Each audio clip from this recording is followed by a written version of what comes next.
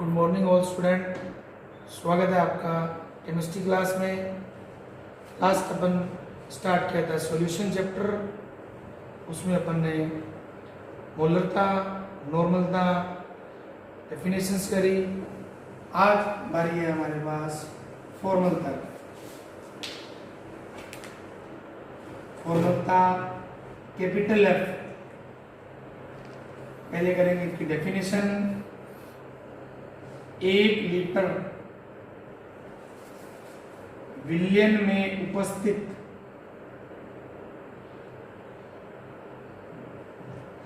विलय के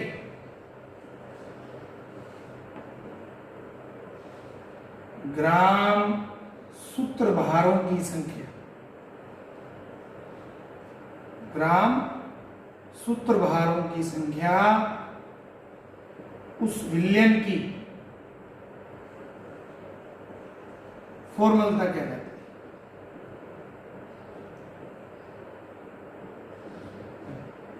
उस विलयन की फॉर्मलता कहलाती है। फॉर्मलता डेफिनेशन के बाद कल की तरह ही अपन करेंगे इसका formula. Formula capital F is equal to विलय के ग्राम सूत्रभारों की संख्या बटा में विलयन का आयतन, विलयन का आयतन लीटर में। जैसे कल बनाया पहला फॉर्मूला, वैसे ही आज विलय के ग्राम सूत्रभारों की संख्या बटे विलयन का आयतन लीटर में। अब हमारे पास बात आ रही है, यदि विलय ग्राम में हो तो, विलय ग्राम में है तो विलय के ग्राम सूत्रभार की संख्या कैसे काउंट करेंगे? तो विलय के ग्राम सूत्रभार, विलय के ग्राम सूत्रभार इज इक्वल टू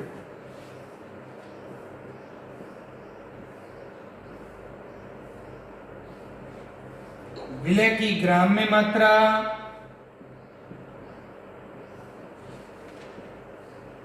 बटा सूत्रभार। अब ये शब्द हमारे पास एक नया आ गया, सूत्रभार। कल मोलरता में हमारे पास था अनुभार। अनुभार काउंट करने के लिए हमने परमाणु भार को जोड़ दिया। फिर आया हमारे पास तुल्यांकी भार। तुल्यांकी भार काउंट करने के लिए अपन ने अनुभार में संयोजकता का भाग दे दिया। अब हमारे पास तीसरी डेफिनेशन में बात आ रही है सूत्रभार की। तो सूत्रभार कैसे काउंट करते हैं? सूत्रभार इज इक्वल टू ग्राम में मात्रा बटा अनुभार।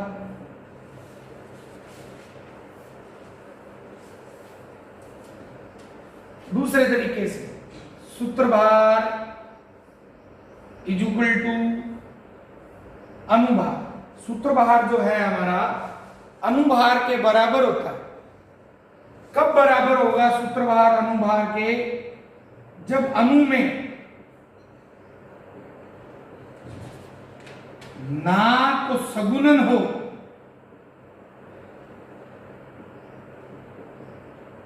और ना ही वियोजन हो। ना तो सगुणन हो और ना ही वियोजन हो, जब हमारा सूत्रभार अनुभार के बराबर हो जाएगा। और सूत्रभार अनुभार का 2 गुना होगा। सूत्रभार अनुभार का 2 गुना भी हो सकता है। कब होगा? जब अणु में सगुणन हो, जब अणु में सगुणन हो। तीसरी बात, सूत्रभार कैसे काउंट करें? सूत्रभार इज इक्वल टू अनुभार बटा में 2। सूत्रभार अनुभार का आधा भी हो सकता है। कब होगा ये आधा? जब अणु में वियोजन हो। अणु में क्या हो? वियोजन हो तो सूत्रभार जो है अनुभार का आधा हो जाएगा। हमारे पास विलय के ग्राम सूत्रभार की संख्या ज्ञात करनी है। कैसे ज्ञात करते हैं? विलय की ग्राम में मात्रा अपॉन सूत्रभार। अब सूत्रभार हमारे लिए नया शब्द है। सूत्रभार कैसे काउंट करेंगे? इन 3 तरीकों से देखेंगे कि अणु में सगुणन और वियोजन नहीं हो रहा तो सूत्रभार जो है अनुभार का 2 गुना हो जाएगा। अणु में सगुणन हो रहा है तो सूत्रभार अनुभार का 2 गुना हो जाएगा। अणु में वियोजन हो रहा है सूत्रभार अनुभार का आधा रह जाएगा। अब इस फॉर्मूले को लगा देंगे अपने मेन फॉर्मूले में। तो capital F is equal to विलय की ग्राम में मात्रा, विलय की ग्राम में मात्रा बटा में सूत्रभार। सूत्रभार कैसे ज्ञात करेंगे? ये हमने पहले बता दिया। इनटू विलयन का आयतन लीटर में, विलयन का आयतन लीटर। ये हमारे पास फॉर्मलता के लिए। आगे करते हैं अपन दूसरे यूनिट्स। दूसरी यूनिट थी हमारे पास भार, भार मात्रक, वेट यूनिट्स। कल अपन ने बताया भार, भार मात्रक में 2 शब्द हैं, पहला भार, दूसरा भार। पहला भार किसके लिए? विलय के लिए।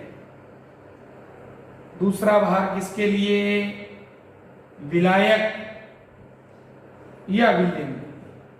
दोनों भार में हैं तो दोनों ही विलय और विलायक हमारे पास किस में होंगे? भार में होंगे, ग्राम में होंगे, मोल में होंगे। दोनों ही इसी कंडीशंस में। इसमें हमारे पास पहली डेफिनेशन है मोललता। भार आयतन में हमने पहली करी मोलरता, कैपिटल एम। भार भार में हम पहली कर रहे हैं मोललता, small M. Small M is equal to, सबसे पहले डेफिनेशन करेंगे। डेफिनेशन बनाते हैं 1 किलोग्राम विलायक में उपस्थित 1 किलोग्राम विलायक में उपस्थित विलय के मूलों की संख्या। विलय के मोलों की संख्या। 1 किलोग्राम विलायक में उपस्थित विलय के मोलों की संख्या। उस विलयन की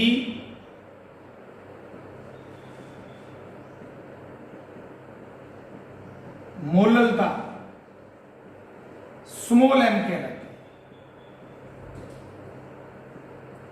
1 किलोग्राम विलायक में उपस्थित विलय के मोलों की संख्या, उस विलयन की क्या कहलाती है? मोललता स्मॉल एम कहलाती है। Small M is equal to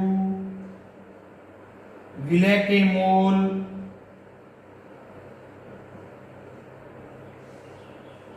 बटा में विलायक का द्रव्यमान केजी। विलायक का द्रव्यमान केजी।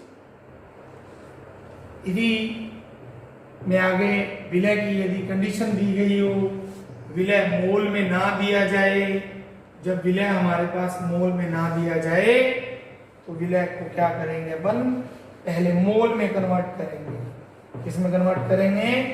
पहले मोल में कन्वर्ट करेंगे। तो विलय, यदि विलय ग्राम में हो तो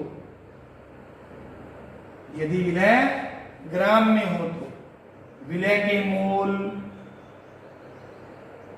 कल भी अपन ने काउंट करे लास्ट क्लास में अपनी, विलय के मोल इज इक्वल टू विलय की ग्राम में मात्रा, विलय की ग्राम में मात्रा बटा में अनुभार, बटा में अनुभार। इसको लेंगे मेन फॉर्मूले में पुट कर देंगे, मोललता small m is equal to, मोललता small m is equal to विलय की ग्राम में मात्रा, विलय की ग्राम में मात्रा। मोललता के बाद हमारे पास बात आ रही है ppm, ppm और ppb दोनों ही ये जो इकाइयां हैं बहुत कम सांद्रता वाले विलयन के लिए, अति तनु विलयनों के लिए जिसमें विलय बहुत कम मात्रा में घुला हो, उन विलयनों की सांद्रता ज्ञात करने के लिए हमें ppm और ppb यूनिट को काम में लेना है। जैसे कि अपन एक ड्रम पानी में 1 चम्मच चीनी डाल दें तो उस विलयन की सांद्रता बहुत कम होगी, तो उस विलयन की सांद्रता अपन कैसे काउंट करें? उनको काउंट करने के लिए हम ppm और ppb यूनिट का प्रयोग करते हैं।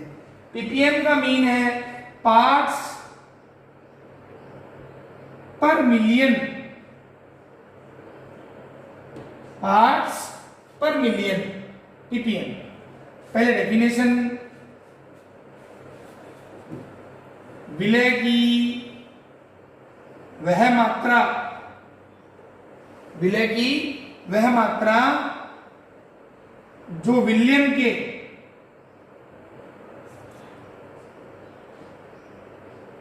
10⁶ भार भाग में घुली हो, है ना। विलय की वह मात्रा जो विलयन के 10⁶ भार भाग में घुली हो, उस विलयन की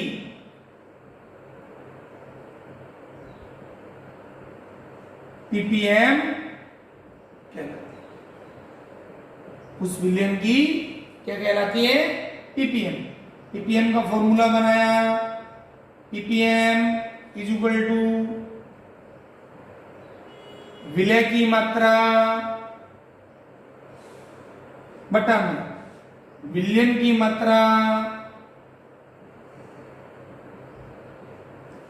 इंटू 10⁶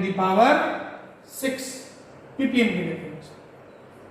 इसके बाद ppb, ये भी बहुत ज्यादा तनु विलयन की सांद्रता का मापन करना है तो हमें ppb यूनिट को प्रयोग में लाना है। ppb पार्ट्स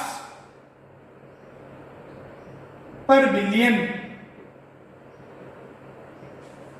जैसे इस डेफिनेशन में था बिलियन के 10⁶ बार बार, इस डेफिनेशन में होगा बिलियन के 10⁹ बार बार। बाकी एज इट है, बाकी सेम है। हमारे पास डेफिनेशन बनाते हैं, विलय की वह मात्रा जो विलयन के 10⁹ भार भाग में घुली हो,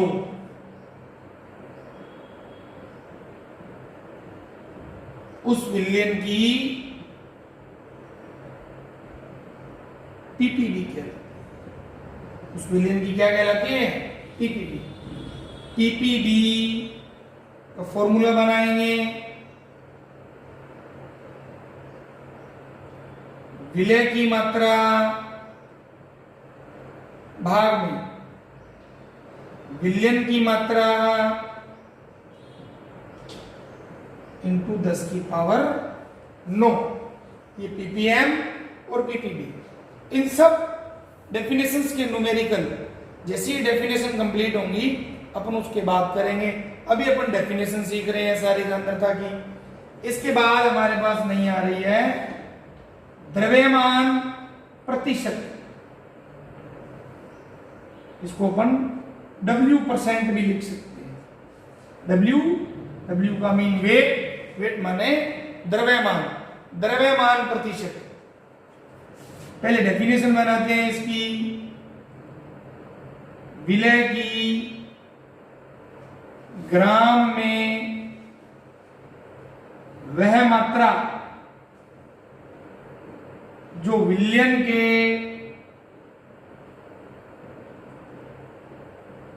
100 ग्राम में घुली, विलयन के 100 ग्राम में घुली। W% का अगर फॉर्मूला बनाना है, विलय की मात्रा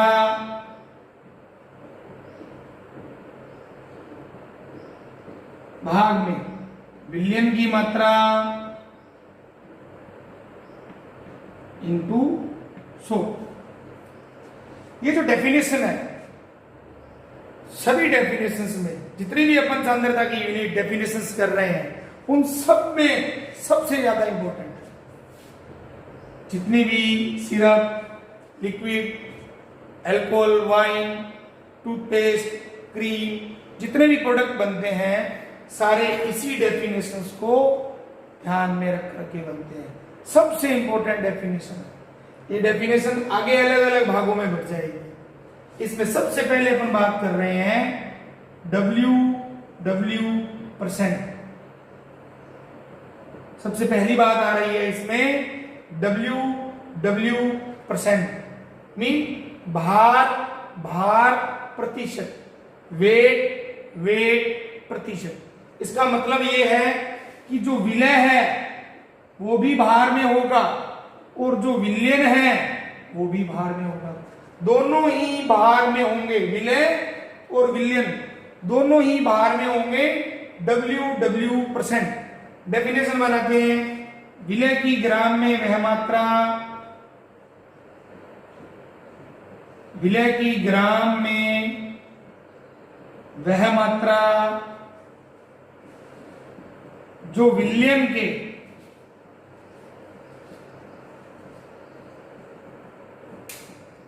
100 ग्राम में घुली, जो विलयन के 100 ग्राम में घुली। तो फॉर्मूला बनाए W%। विलय की मात्रा अपॉन में विलयन की मात्रा मल्टीप्लाई 100। अब इस फॉर्मूले में विलय भी ग्राम में होगा और विलयन भी कितने होगा, ग्राम में होगा। सेकंड इसमें अपन कर रहे हैं WV%। क्या कर रहे हैं अपन, WV%। देखिए यहां दोनों भार में थे, विलय और विलयन दोनों भार में थे। अब अपने पास WV है, मतलब पहला हिस्सा भार में है और दूसरा हिस्सा आयतन में है। इसमें विलय भार में और हमारे पास विलयन किसमें होगा, आयतन में होगा। डेफिनेशन ध्यान से सुननी है। जहां अपन ने ये बनाई विलय की ग्राम में वह मात्रा जो विलयन के, अब अपने को आयतन पद लेना है इस डेफिनेशन में, तो क्या बन जाएगा, 100 ml में घुली। WV का क्या मतलब है, यहां विलयन आयतन में, विलय ग्राम में होना चाहिए। डेफिनेशन रिपीट करते हैं। विलय की ग्राम में वह मात्रा जो विलयन के 100 ml में घुली हो, विलयन के 100 ml में घुली हो, क्या कहलाता है, भार आयतन प्रतिशत कहलाता है। क्या कहलाता है, भार आयतन प्रतिशत कहलाता है। इसका फॉर्मूला बनाना है अपने को। WV% इज इक्वल टू विलय की ग्राम में मात्रा, विलय की ग्राम में मात्रा अपॉन में विलयन का आयतन, विलयन का आयतन ml में, और मल्टीप्लाई क्या हो जाएगा यहां पर 100। नए बात करते हैं इसके अंदर, नई बात आई हमारे पास VW%। नई बात क्या आई हमारे पास? VW%। जैसे WW%, WV%। अब हमारे पास बात आ रही है VW%, मतलब विलय आयतन में और विलयन भार में होगा। विलय आयतन में और विलयन भार में होगा। डेफिनेशन पहले वाली डेफिनेशन से उठाते हैं, विलय की ml में, क्योंकि विलय यहां क्या है? आयतन में। विलय यहां क्या है? आयतन में। फिर रिपीट करते हैं, विलय की ml में वह मात्रा जो विलयन के 100 ग्राम में मिली। क्योंकि हमने क्या लिया यहां स्टेप, VW%, विलय आयतन में होगा और विलयन भार में होगा। डेफिनेशन क्या बनेगी? विलय की ml में वह मात्रा जो विलयन के 100 ग्राम में घुली हो, आयतन भार मात्रक कहलाते हैं। फॉर्मूला क्या बनेगा इसका? VW% इज इक्वल टू विलय की ml में मात्रा बटा विलयन भार में। विलयन किसमें होगा? भार में, मल्टीप्लाई 100। इसी का नया रूप बनाया अपन ने VV%। नया रूप क्या बनाया अपन ने? VV%। पहले वाली डेफिनेशन में WW%, WV%, VW%। अब हमारे पास बात आ रही है VV। VV का मतलब दोनों वॉल्यूम में है, विलय भी और विलयन भी।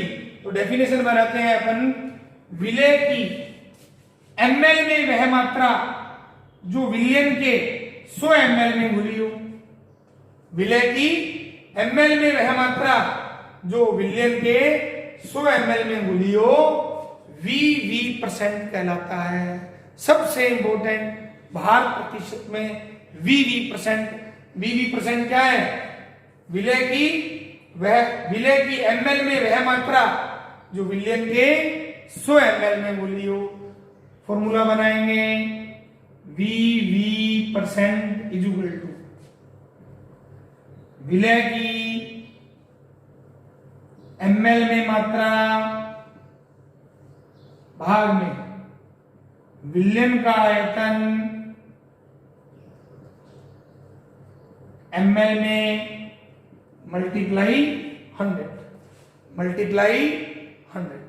VV% बन गया। इसके अंदर अपन एक सवाल करते हैं। वैसे तो सवाल अपन इस डेफिनेशंस के बाद करेंगे सारों के, लेकिन पहले इसका एक न्यूमेरिकल, इसका एक पार्ट हमारे को करना बड़ा जरूरी है, क्योंकि डेफिनेशन हमारी एक न्यूमेरिकल करने से इसकी क्लियर होंगी। इसमें हमारे पास एक सिंपल सा न्यूमेरिकल है, 10% VV। 10% VV ग्लूकोज विलयन का क्या अर्थ है? ग्लूकोज विलयन का क्या अर्थ है? 10% VV ग्लूकोज विलयन का क्या अर्थ? 10% VV ग्लूकोज विलयन का क्या अर्थ? देखो दोनों ही पद VV है, मतलब विलय भी आयतन में है और विलयन भी आयतन में। तो दो तरह से इसको अपन सॉल्व कर सकते हैं। पहला तरीका, 10 ml ग्लूकोज को 90 ml जल में घोलकर, 10 ml ग्लूकोज को 90 ml जल में घोलकर 100 ml ग्लूकोज विलयन बनाया गया। 10 ml ग्लूकोज को 90 ml जल में घोलकर 100 ml ग्लूकोज विलयन बनाया गया। दूसरा तरीका इसका 100 ml ग्लूकोज विलयन में 100 ml ग्लूकोज विलयन में 10 ml ग्लूकोज घुला हुआ है। दोनों डेफिनेशन सेम है, तरीका थोड़ा अलग है। इसमें मैंने विलायक को आधार बनाकर करा, इसमें मैंने विलयन को आधार बनाकर करा, बात सेम है। इसका रिजल्ट आया हमारे पास 100 ml ग्लूकोज विलयन और 10 ml ग्लूकोज। उस रिजल्ट से मैंने डेफिनेशन बना दी, 100 ml ग्लूकोज विलयन में 10 ml ग्लूकोज विलयन है घुला हुआ है।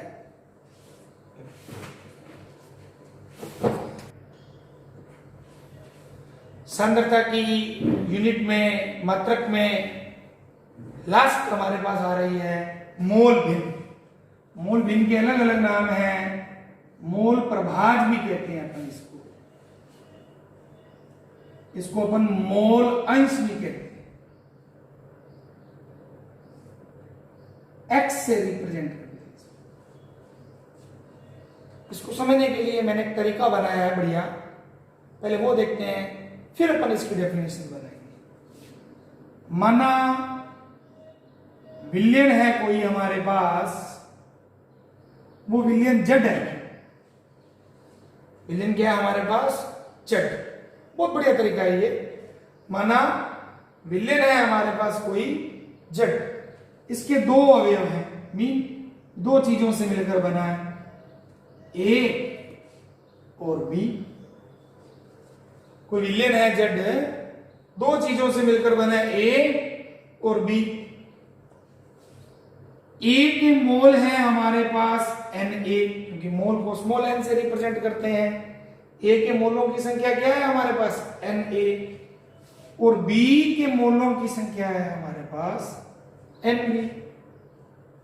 अब ए की मोल भिन्न है हमारे पास, मान लिया हमने Xa, और बी की मोल भिन्न है हमारे पास Xb। इतनी बात दोबारा रिपीट करता हूं, इसी से अपन डेफिनेशन बनाएंगे, इसी से अपन फॉर्मूला बनाएंगे। कोई विलयन है हमारे पास Z, जिसमें दो अवयव हैं।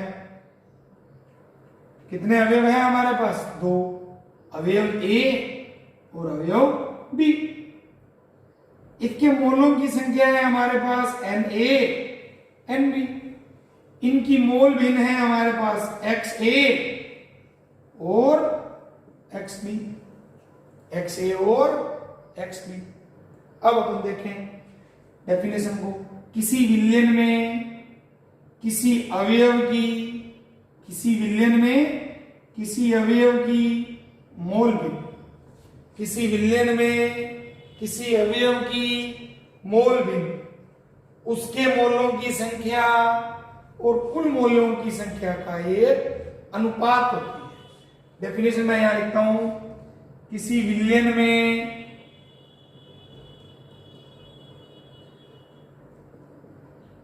किसी विलयन अपने क्या माना था? जब किसी विलयन में किसी अवयव की मोल भिन्न, डेफिनेशन यहां क्लियर करते हैं, किसी विलयन में किसी अवयव की मोल भिन्न, उसके मोलों की संख्या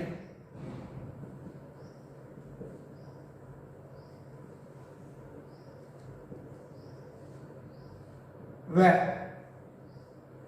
कुल मोलों की संख्या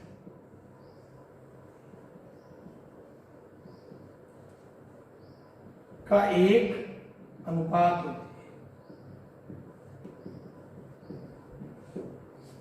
है, एक अनुपात होती है। ए की मोल भिन्न Xa, डेफिनेशन से उसके मोलों की संख्या Na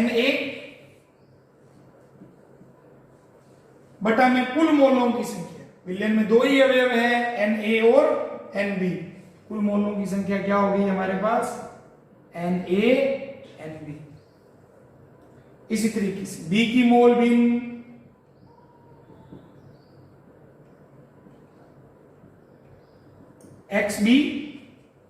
XB B के मोलों की संख्या Nb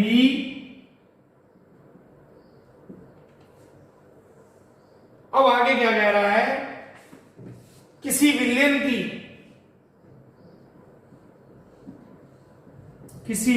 की कुल मोल भिन्न सदैव एक होती है। किसी विलयन की कुल मोल भिन्न सदैव कितनी होती है, एक। इस विलयन में कितने अवयव थे, दो, A और B, तो इन दोनों की जो मोल भिन्न का योग होगा एक होगा। अगर किसी विलयन में तीन अवयव हैं तो उनकी मोल भिन्न का योग भी कितना होगा, एक। किसी विलयन में चार अवयव हैं तो उनकी मोल भिन्न का कुल योग भी कितना होगा, एक। इसको प्रूव करते हैं अपन, XA plus XB is equal to, इस विलयन में दो ही अवयव थे, दोनों की मोल भिन्न मैंने लिख दी XA प्लस XB, इन दोनों का योग कितना होना चाहिए, 1 होना चाहिए। यहां देखते हैं, अपन ने यहां XA की वैल्यू डाल दी Na अपॉन में Na प्लस NB, XB की वैल्यू डाल दी प्लस में NB अपॉन Na NB। ये अपने को प्रूव करना है कि इनका जो सॉल्यूशन है एक होना चाहिए, इनका जो उत्तर है एक होना चाहिए। Na प्लस NB एलसीएम लिया इनका Na प्लस NB, सोल्व करा, कट गया एक बार से, Na NB ये कट गया, सिद्ध हो गया हमारा कि किसी विलयन की कुल मोल भिन्न कितनी होती है, सदैव एक। अब अपन न्यूमेरिकल स्टार्ट करेंगे। सारी डेफिनेशन अपन ने करी, उसमें पहला न्यूमेरिकल करेंगे अपन द्रव्यमान प्रतिशत पर। पहला न्यूमेरिकल हमारे पास है द्रव्यमान प्रतिशत पर, क्योंकि इसका न्यूमेरिकल 1 साल के गैप के बाद आता ही आता है। 2 नंबर का न्यूमेरिकल आता है इसका। इसमें सबसे इंपॉर्टेंट न्यूमेरिकल मैं करवा रहा हूं, जो आपके बोर्ड में आने के चांस हैं इस न्यूमेरिकल के। न्यूमेरिकल है 2% WV, 2% WV NaCl का, 2% WV NaCl का 500 ml विलयन बनाने के लिए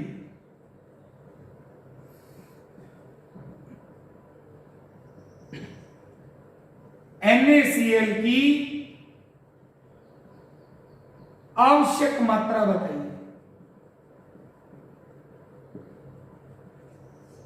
रिपीट कर रहा हूं अपना न्यूमेरिकल, 2% WV NaCl का 500 ml विलयन बनाने के लिए NaCl की आवश्यक मात्रा बताइए। सबसे पहले तो हमें ध्यान देना है कि कौन सा फॉर्मूला लगाना है, WV%। WV% का फॉर्मूला क्या है, WV%। W विलय भार में, V विलयन आयतन में, विलय की ग्राम में मात्रा अपॉन में विलयन का आयतन ml में, मल्टीप्लाई 100 WV%। विलय की ग्राम में मात्रा, NaCl घुला हुआ है, इसकी मात्रा हमें काउंट करनी है, मान लिया ये X।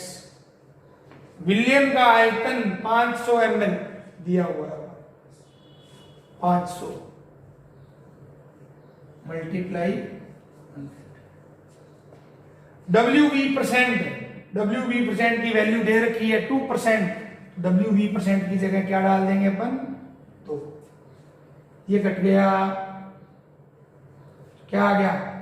x = 5 × 2 = 10। तो कितना NaCl चाहिए हमारे को? 2% WV NaCl का 500 ml विलयन बनाने के लिए 10 ग्राम NaCl चाहिए।